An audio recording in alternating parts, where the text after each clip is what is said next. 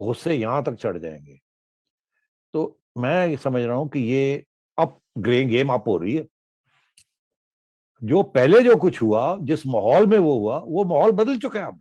जरूर जरूर। पहले ये जजेस जो थे बिल्कुल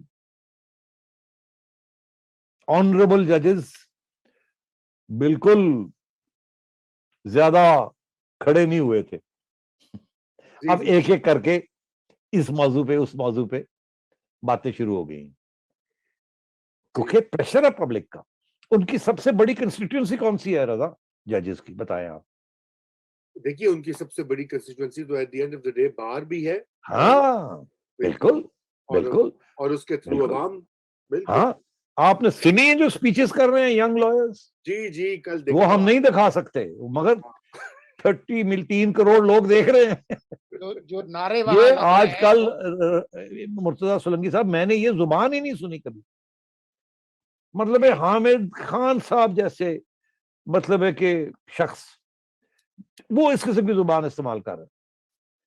हमारे कुर्स साहब, उनसे तो एक्सपेक्ट करते हैं हम कि वो गुस्से में बात करेंगे और कॉल अ स्पेड, मगर वो भी उस स्पेड से ऊपर निकल गए। यंग लॉयर्स मैं उनकी सुन रहा हूं, जिस किस्म की वो बातें कर रहे हैं और जो नारे लग रहे हैं। तो इसलिए इसको अंडर एस्टिमेट ना करें। मैंने बड़े मूवमेंट्स देखे हैं। मैंने अयूब खान के जमाने का मूवमेंट भी देखा है कि कैसे वो मूवमेंट शुरू हुआ। और यहाँ जो लोग, आधे लोग जो आज हमारी बात सुन रहे हैं, उनको पता ही नहीं है 1960s में क्या हुआ था। उन्हें पता नहीं 1950s के अंदर स्टूडेंट्स ने कैसे on the seizure of the Suez canal किस किस्म की यहाँ डेमोन्स्ट्रेशंस हुई और किस किस्म के मुजाहरे हुए। ये सिविल सोसाइटी के अंदर बड़ी जान थी और अभी भी है, अभी भी है। तो ये हाइब्रिड सिस्टम तो सबसे बुरा सिस्टम होता है। ना मार्शल लॉ पूरा होता है और ना सिविलियन हुकूमत पूरी होती है। तो इसका ये मतलब है कि मार्शल लॉ में तो आप जो मर्जी कर लें, अदालतें ना इधर की होती है ना उधर की होती हैं। सिविलियन रूल के अंदर पूरी अदालत फ्री होती है। यहां सिचुएशन नाइदर है ना देयर। तो किसी वक्त भी कोई ऐसा फैसले आ सकते हैं जो कि कंप्लीटली इस गवर्नमेंट को डिस्टेबलाइज कर दे और कोई चिंगारी लग जाए। मैं थियरी में नहीं बात कर रहा, मैं बात कर रहा हूं मुझे जो चीज नजर आ रही है एज अ पॉलिटिकल एनालिस्ट। ख्वाहिश की बात बिल्कुल नहीं है, बिल्कुल नहीं है। मैं चाहता हूं कि ये पाकिस्तान स्टेबल हो, जमहूरियत हो, आइन का राज हो, हर इदारा अपने काम करे, मगर और अवाम के लिए कुछ हो। अब बात यह है कि अगर ये अवाम के लिए कुछ दे देते तो मैं ये बातें ही ना करता। आफ्टर ऑल जनरल मुशर्रफ के जमाने में हमने नहीं बातें की ना ऐसी। बिल्कुल। वो तो आखिर में आके की ना। खुशहाली थी, लोगों को मिल रहा था, स्टेबिलिटी थी, सब कुछ था। मगर इन्होंने आके तो तबाह कर दिया सब कुछ।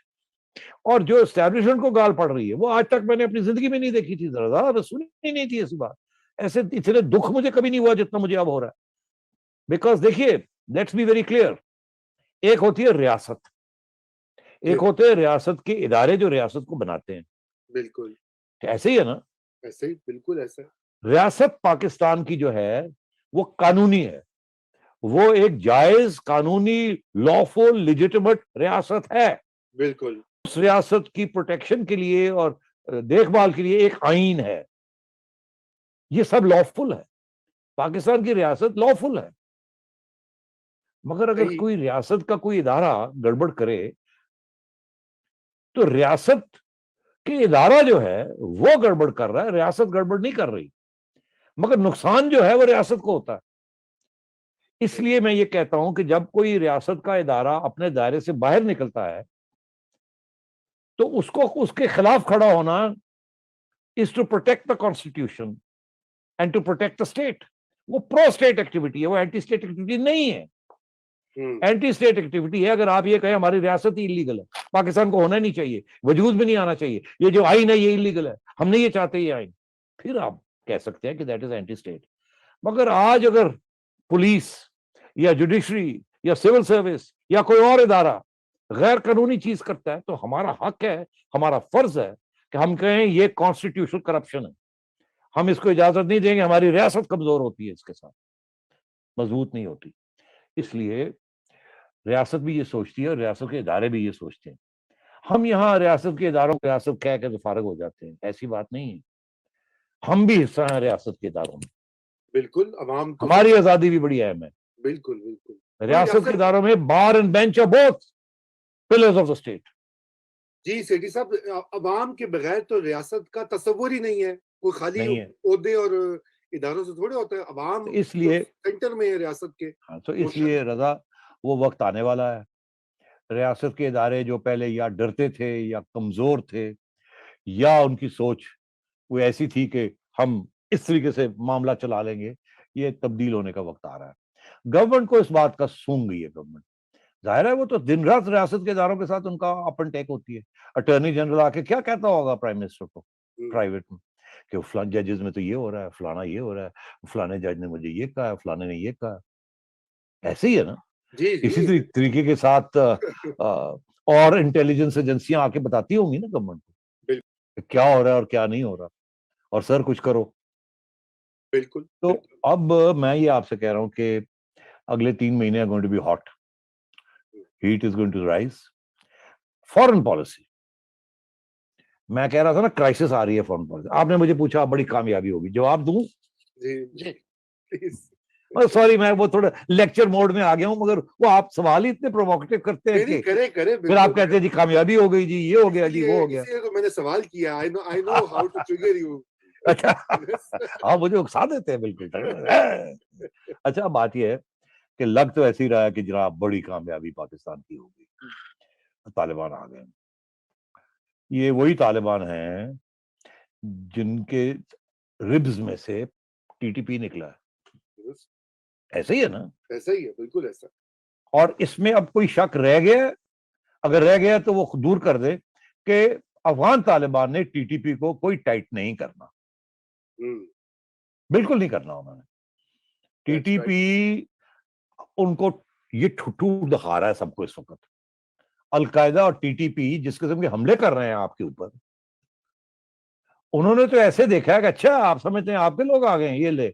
उन्होंने अपनी अटैक्स इंक्रीज कर दिए। सोलंकी साहब अभी आपको सारे स्टेटिस्टिक्स बता देते हैं कि पिछले 2 महीने में कितनी अटैक्स हुई हैं जब से तालिबान की विक्ट्री हो रही है और हमारी विक्ट्री की नारे लग रहे हैं, ओ जी हम कामयाब हो गए। और डबल ये हो गए। सिर्फ डबल हो गए। इसको बिल्कुल अफगान तालिबान नहीं रोकेंगे। तो ये पहला एजेंडा जो कि सारे पाकिस्तान क्या सारी दुनिया कह रही है। सेठी साहब कल हमारे साथ प्रोग्राम में साबिक DGISI जनरल असद दुरानी थे। क्या कह उनसे रहे थे? हमने उनसे यही पूछा कि क्या अफगान तालिबान पाकिस्तानी तालिबान को रोकेंगे? उनका जवाब था नहीं, हाँ ये काम हमें खुद ही करना पड़ेगा। हाँ हाँ कुछ हाँ। कुछ को जो है वो हमें राजी करना होगा कि वो पाकिस्तान के आइन को माने और हथियार छोड़ दें, और बाकी जो है उनके साथ लड़ना पड़ेगा। अफगान तालिबान उनको नहीं रोके। पहली बात, मैं थोड़ा इससे आगे जाऊंगा। अब रूस ने, जो कि पहले बहुत अच्छे बयान आ रहे थे रूस की तरफ से पाकिस्तान के हक के अंदर और तालिबान के हक में कि हमारे ये है, हम मिलके बात करेंगे।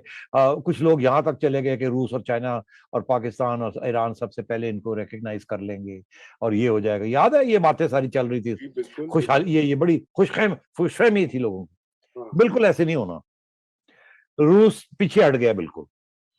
रूस की जो मीटिंग्स हुई हैं इन दिल्ली, उसके बाद रूस का जो आज जो बयान आया है, डेप्टी प्राइम मिनिस्टर है वो, deputy prime minister, deputy foreign minister, हाँ, उनका जो आज बयान आया है, उन्होंने ये कहा है कि हमारा ख्याल ये है कि अब यहाँ टेररिज्म बढ़ेगी, कम नहीं होगी, टेररिज्म बढ़ेगी और सेंट्रल एशिया में आएगी।